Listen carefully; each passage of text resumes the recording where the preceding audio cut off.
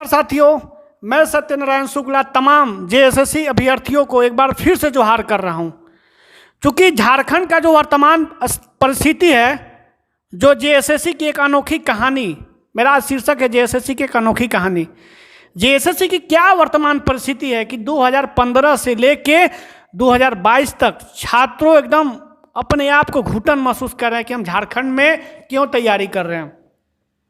मैं जेएसएससी का कहानी बता रहा हूँ। जेएसएससी की पहली कहानी सचिवालय की है।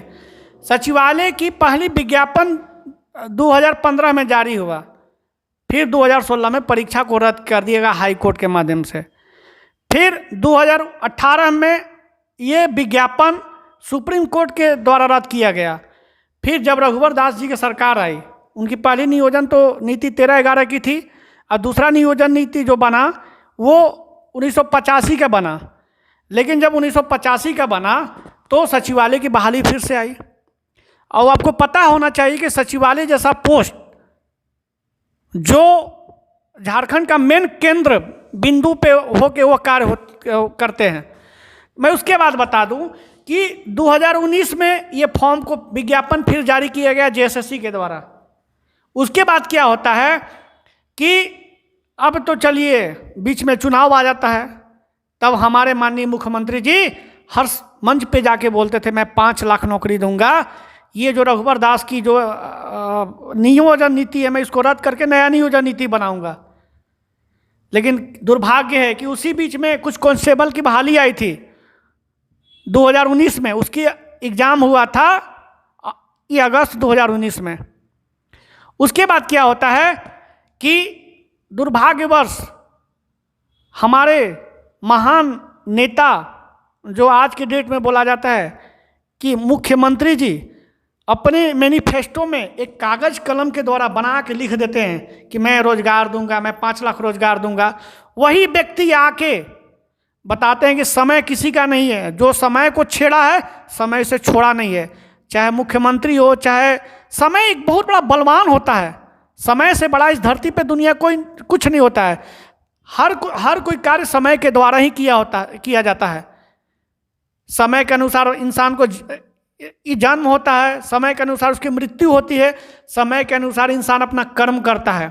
लेकिन विद्यार्थी तो अपना कर्म कर रहे हैं, विद्यार्थी तो मेहनत कर रहे हैं।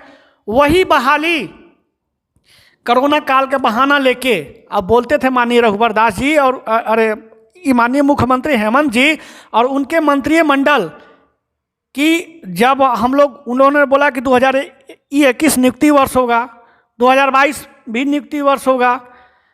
मैं बता रहा हूं कि मैं जब जेपीएससी आंदोलन को छेड़ा था, जब जेपीएससी मूवमेंट को मैं पकड़ा था, तो वहाँ पर मैं जेएसएससी का मुद्दा मैं हमेशा लाते थे कि सर जितना भी बहाली है ना, आप उसको लाइए।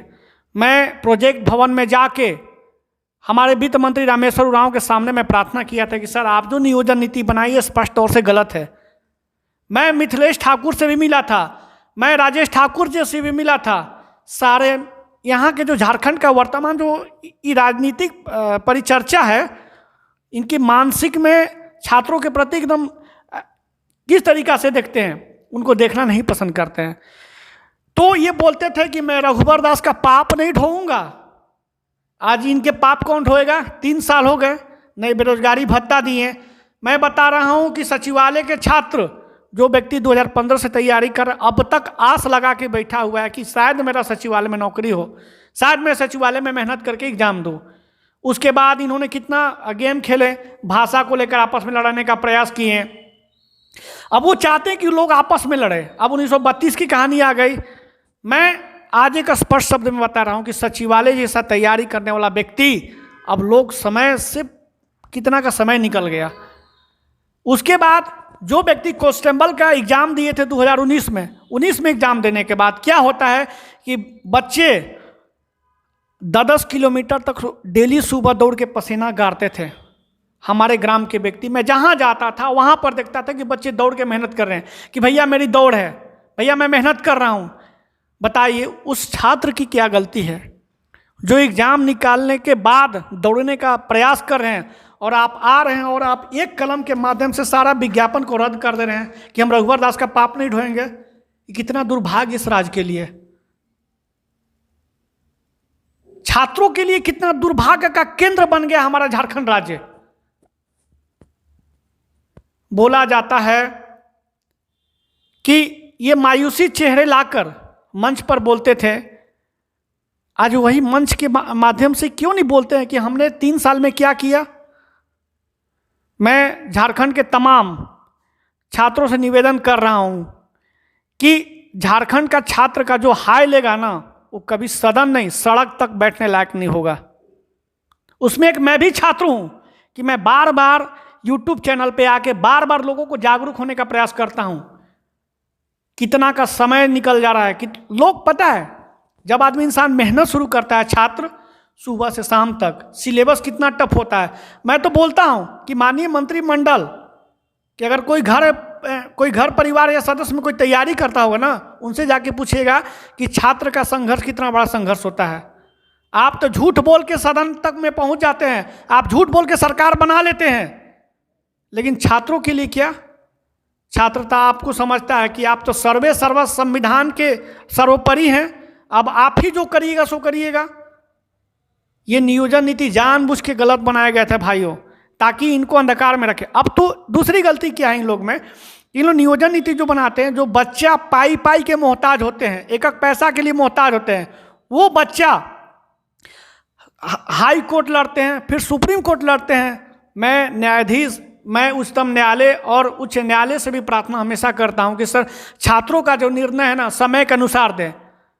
चूंकि बहुत ऐसा डिसीजन होता है कि जो अगर नेता का कोई मामला है तो उच्च न्यायालय उच्चतम न्यायालय तुरंत दे देते हैं, लेकिन जब छात्रों का जब बात आता है ना, तो देखिए कितना उन लोग भी इस चीज़ को सही से नहीं ले पाते हैं।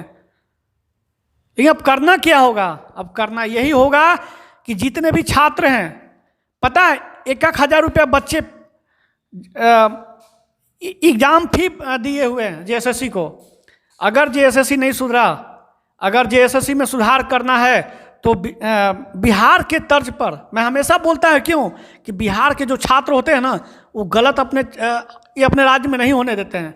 जेपीएससी का जो बुरा हाल है, उसी तरीके से जेएसएससी का बुरा हाल होते जा रहा है। तो इसको सुधार करने के लिए सारे छात्र एक मंच पर आइए और सड़क से सदन तक लड़ने का प्रयास करिए, तभी हमारा राज्य का उन्नति होगा, तभी हमारे छात्र का उन्नति होगा।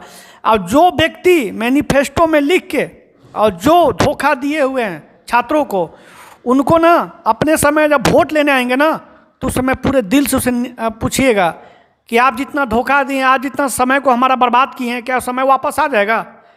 तो मैं एक बार फिर से अपने चैनल के माध्यम से मैं तमाम झारखंड वासियों को एक बार आह्वान करता हूं कि आप जागरूक होइए, और जिनके चेहरे में जो घर बैठे उदासी महसूस करते हैं ना, वो घर में उदासी महसूस करने से कुछ नहीं होगा। आपको आके सड़क पे लड़ना होगा।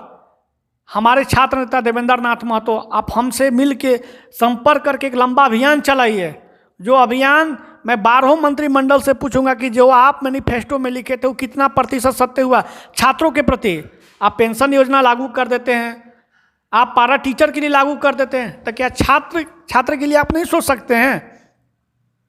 छात्र के लिए नौकरी कि अगर आपके पास इतना बड़ा झारखंड सरकार में आज 22 साल के बाद भी कोई नया रिक्तियाँ नहीं पूरा हो पाती हैं, बहुत दुर्भाग्य है। मैं छात्रों को एक बार दिल से प्रार्थना करूंगा कि आप आइए, और आपका जो समय बर्बाद हो रहा है, आपको लड़ना होगा तभी नौकरी मिलेगा। तब तक मेरे चैनल पे बने रहिए। धन्यवाद।